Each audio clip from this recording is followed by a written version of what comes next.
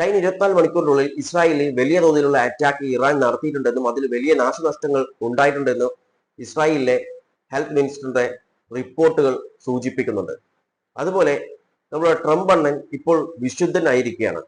അതായത് ട്രംപ് അണ്ണൻ ദൈവദൂതനാണെന്നാണ് പറഞ്ഞിട്ടുള്ളത്. അത് മാത്രമല്ല, അതിന്റെ കൂടെ വേറെയും ചിലത് പറഞ്ഞിട്ടുണ്ട്. നമുക്ക് അതും കൂടി ഡിസ്കസ് ചെയ്യാം. അതുപോലെ WHO ഭാഗത്തുനിന്ന് ഇപ്പോൾ ഒരു സ്റ്റേറ്റ്മെന്റ് വന്നിട്ടുണ്ട്. ഏകദേശം ഇറാനെ സപ്പോർട്ട് ചെയ്യുന്ന രീതിയിലുള്ള ഒരു സ്റ്റേറ്റ്മെന്റ് ആണ് പുറത്തു വന്നിട്ടുള്ളത്. അതും നമുക്ക് പരിശോധിക്കാം.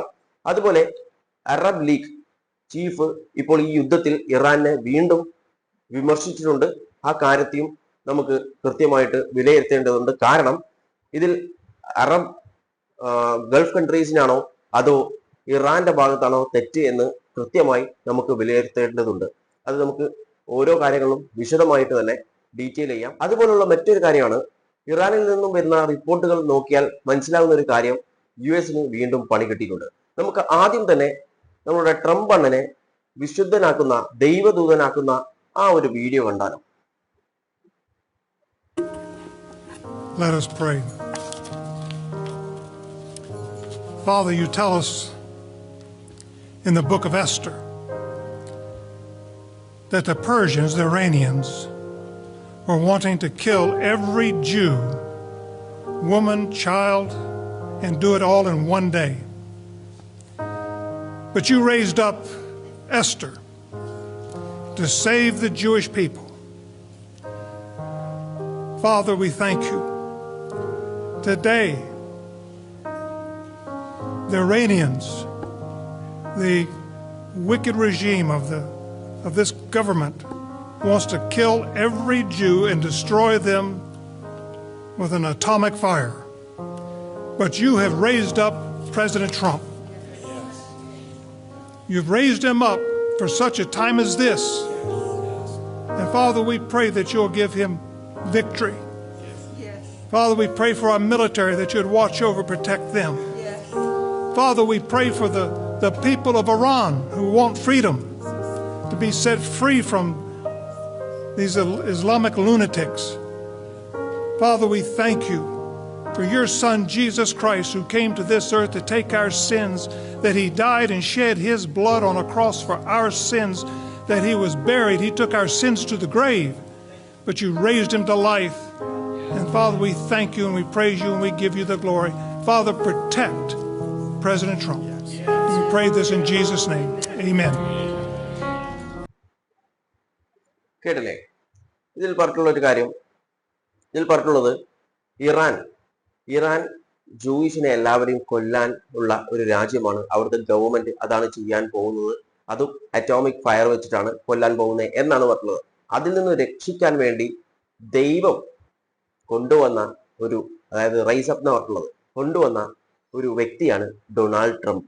അതായത് ദൈവദൂതനായിട്ടാണ് ട്രംപിനെ അവിടെ വിശേഷിപ്പിക്കുന്നത്.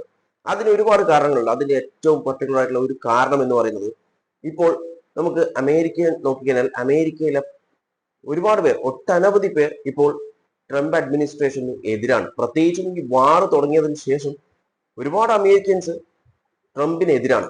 അപ്പോൾ ആ ഒരു എതിർപ്പ് ചെറിയ രീതിയിലെങ്കിലും മാറ്റാൻ വേണ്ടിയിട്ട് ഒരുപക്ഷെ ഈ ഒരു ഡ്രാമയിലൂടെ സാധിക്കും.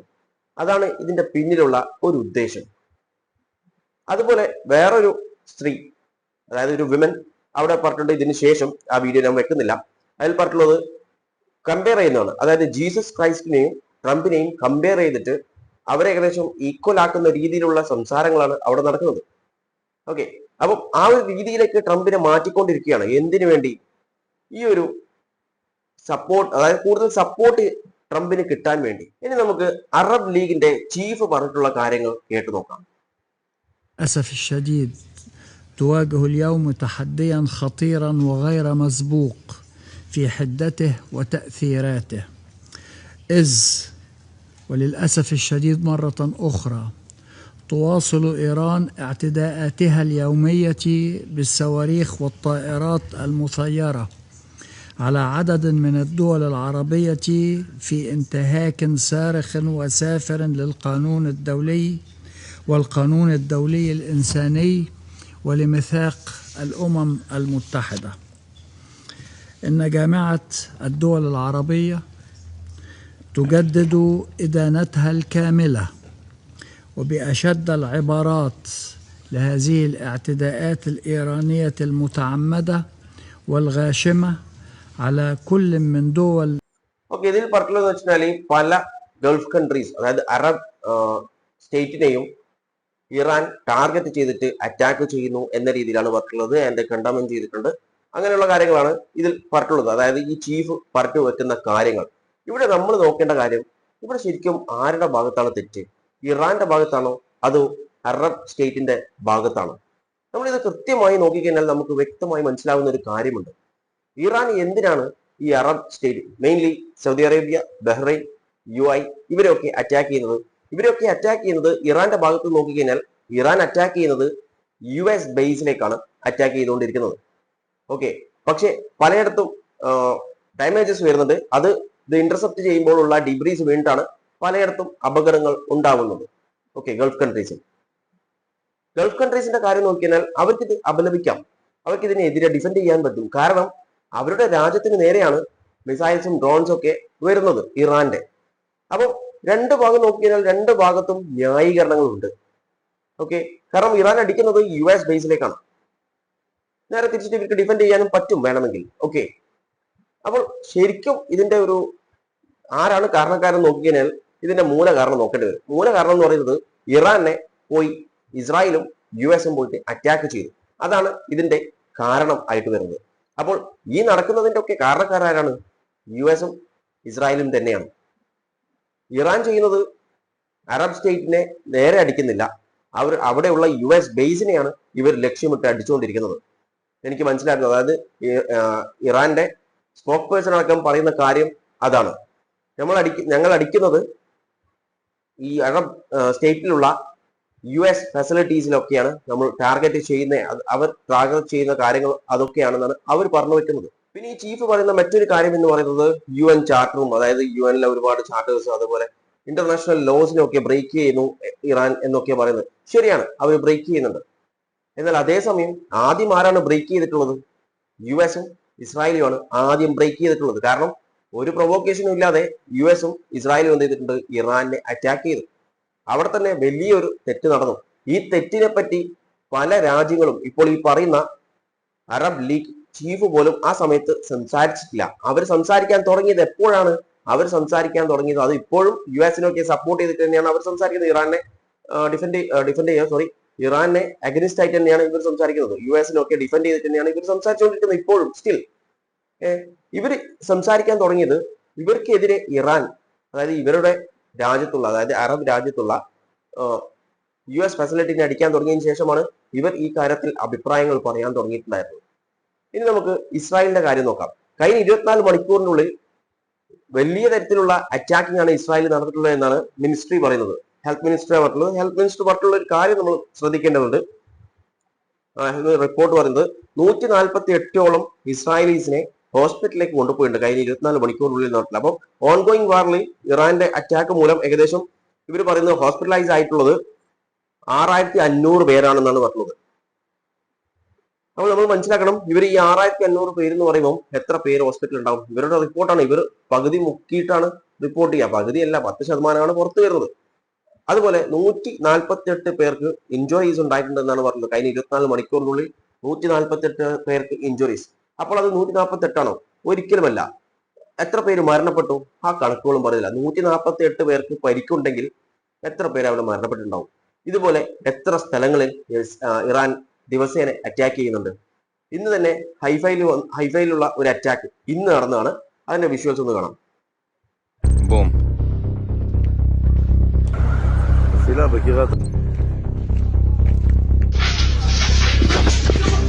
נפל פגיעה ישירה. נפילה.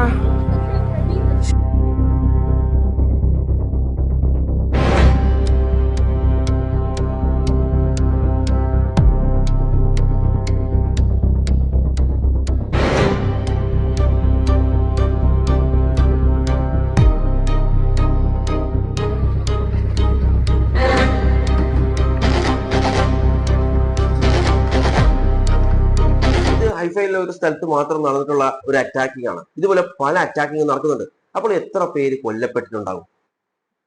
അതുപോലെ ഇസ്രായേലി ഗവൺമെന്റ് ആയിരുന്നാലും ശരി, അവിടെ ഇസ്രായേലിലുള്ള മലയാളികൾ ചില ആളുകൾ വീഡിയോ ചെയ്യുന്നതാണ്, ഇവിടെ ഒരു കുഴപ്പമില്ല, ഇവിടെ എല്ലാ വീട്ടിലും ബങ്കർ ഉണ്ടെന്ന്. എന്നാൽ അവിടെ ഉള്ള മലയാളികൾ തന്നെ വേറെയും വീഡിയോ ചെയ്തിട്ടുണ്ട്. അതായത് എല്ലാ വീടുകളിലും ബങ്കറൊന്നുമില്ല, ചില സ്ഥലത്ത് ഒരു ഏരിയയിലാണ് ബങ്കർ. അപ്പൊ അവിടത്തേക്ക് ഓടി എത്തണം. ഓടി എത്തിയിട്ടില്ലെങ്കിൽ ഇതുപോലുള്ള അപകടങ്ങൾ സംഭവിക്കും. എനിക്ക് തോന്നുന്നു UN അംബാസിഡർ, അതായത് ഇസ്രായേലിന്റെ UN അംബാസിഡർ പറഞ്ഞിട്ടുണ്ടായിരുന്നു, ഏകദേശം 15 സെക്കൻഡാണ് വാർണിംഗ് കിട്ടിക്കഴിഞ്ഞാൽ 15 സെക്കൻഡിനുള്ളിൽ ബങ്കറിൽ കയറണമെന്ന് പറഞ്ഞിട്ടുള്ളത് ഞാനല്ല, വേറെ ആരുമല്ല. പറഞ്ഞിട്ടുള്ളത് UN അംബാസിഡർ ആണ്. അതായത് ഇസ്രായേലിന്റെ UN അംബാസിഡർ ആണ് ഈ ഒരു കാര്യം വിശദമാക്കിയിട്ടുണ്ടായിരുന്നത് അവിടെ UN-ൽ. വിത്ത് പ്രൂഫ് ഒക്കെ അവിടെ ഉണ്ട്. അതായത് വീഡിയോസും കാര്യങ്ങളൊക്കെ എന്റെ കയ്യിൽ ഇപ്പോൾ ഉണ്ട്. ഞാനത് ഇവിടെ വെക്കുന്നില്ല, കാരണം ഓൾറെഡി ഞാൻ അതിനെ കുറിച്ച് വീഡിയോ ചെയ്തതാണ്. അപ്പോൾ ആ ഒരു 15 സെക്കൻഡിനുള്ളിൽ ഒന്നുകിൽ വീട്ടിനടിയിലുള്ള ബങ്കറിൽ പോകണം, അല്ലെങ്കിൽ ബങ്കർ സ്വന്തമായിട്ട് ഇല്ലാത്ത ആളുകൾ അത് എവിടെയാണോ ഉള്ളത് ആ സെന്ററിലേക്ക് പോകണം. അത് പോയിട്ടില്ലെങ്കിൽ അത് അപകടം സൃഷ്ടിക്കും. അപ്പോൾ 148 പേര് ഇഞ്ചുറീസ് ഉണ്ടെങ്കിൽ എത്ര പേർ മരണപ്പെട്ടിട്ടുണ്ടാവും ആ സമയത്ത്? അതുപോലെ US-ന്റെയും ഇസ്രായേലിന്റെയും വാർ ഓൺ ഇറാൻ, ഇതിൽ WHO-ന്റെ ചീഫ് പറഞ്ഞിട്ടുള്ള ചില കാര്യങ്ങളുണ്ട്. അവർ പറഞ്ഞിട്ടുള്ള ഒരു കാര്യം എന്ന് പറയുന്നത് അറ്റാക്കിംഗ് ഇറാൻസ് ഹെൽത്ത് സിസ്റ്റത്തിനെ കുറിച്ചാണ് ഇവർ സംസാരിക്കുന്നത്. ഇവർ പറയുന്നത് അതൊരു വാർ ക്രൈമാണ്, ഹെൽത്ത് സിസ്റ്റത്തിന് നേരെ ആക്രമിക്കുന്നത്. ഇവർ പറയുന്നത് വെച്ചാൽ WHO world health organisation verify ചെയ്തിട്ടുള്ള more than 20 attack on health care facilities in Iran since March 1 ശേഷം ഏകദേശം, അതായത് മോർ ദാൻ 20 പറഞ്ഞത്, അതായത് 20-ൽ കൂടുതൽ ഹെൽത്ത് കെയർ ഫെസിലിറ്റീസിന് നേരെ അറ്റാക്ക് നടന്നിട്ടുണ്ട് എന്നാണ് WHO പറഞ്ഞത്. ഇറാൻ പറഞ്ഞിട്ടുള്ളതല്ല, WHO പറഞ്ഞിട്ടുള്ള വെരിഫൈ ചെയ്തിട്ടുള്ള റിപ്പോർട്ടാണ് ഇപ്പോൾ WHO ചീഫ് തന്നെ പറയുന്നത്. ഇവർ പറഞ്ഞിട്ടുള്ളത് അറ്റ്ലീസ്റ്റ് 9 പേരെങ്കിലും കൊല്ലപ്പെട്ടിട്ടുണ്ട്. അതിൽ ഒരാൾ എന്ന് പറയുന്നത് ഇറാനിയൻ റെഡ് ക്രിസന്റ് സൊസൈറ്റിയിലെ ആളാണ്. അപ്പോൾ ഇവർക്കെതിരെയൊക്കെയുള്ള അറ്റാക്കിംഗ് വാർ ക്രൈം ആയിട്ട് കണക്കാക്കുന്ന ഒരു കാര്യമാണെന്നാണ് WHO-ന്റെ ചീഫ് പറഞ്ഞിട്ടുള്ളത്. അതുപോലെ ഞാൻ പറഞ്ഞു US-ന് ഒരു പണി കിട്ടിയിട്ടുണ്ട്.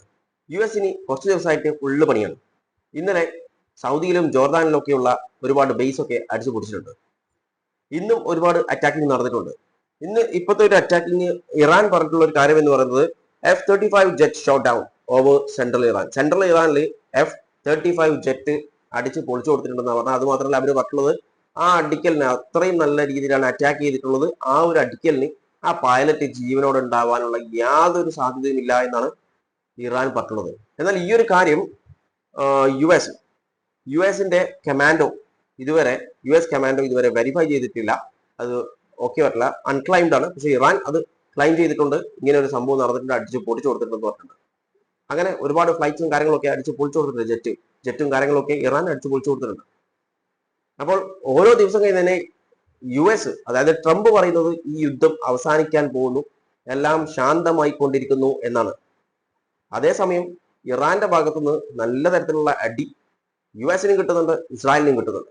അതേസമയം ഇസ്രായേലിന്റെ ഭാഗത്തുനിന്ന് നല്ല അടി ഇറാനും കിട്ടുന്നുണ്ട്. അത് കിട്ടുന്നില്ല എന്ന് പറയാൻ പറ്റില്ല, കാരണം ഇന്നലെയൊക്കെ ഒരു ബ്രിഡ്ജൊക്കെ, അതായത് ഇറാനിലെ ഏറ്റവും വലിയ ബ്രിഡ്ജൊക്കെ അടിച്ചു തകർത്തിട്ടുണ്ട്. ടോപ്പ് ഒഫീഷ്യൽസ് ഒക്കെ പറയുന്നത്, അതായത് UN-ന്റെ ഒക്കെ ഒഫീഷ്യൽസ് പറയുന്നത് ബ്രിഡ്ജൊക്കെ പൊളിക്കുന്നത് വാർ അഗൈൻസ്റ്റ് ഇന്റർനാഷണൽ ലോന് എതിരാണ്, അതായത് വാർ ക്രൈമാണ് ആയിട്ട് കണക്കാക്കാൻ പറ്റുന്ന ഒരു കാര്യമാണ് ഈ ബ്രിഡ്ജൊക്കെ അടിച്ച് പൊളിക്കുന്നത് എന്നാണ് UN-ന്റെ ഒക്കെ റെപ്രസെന്റേറ്റീവ്സ് ഒക്കെ പറഞ്ഞു വെക്കുന്നത്.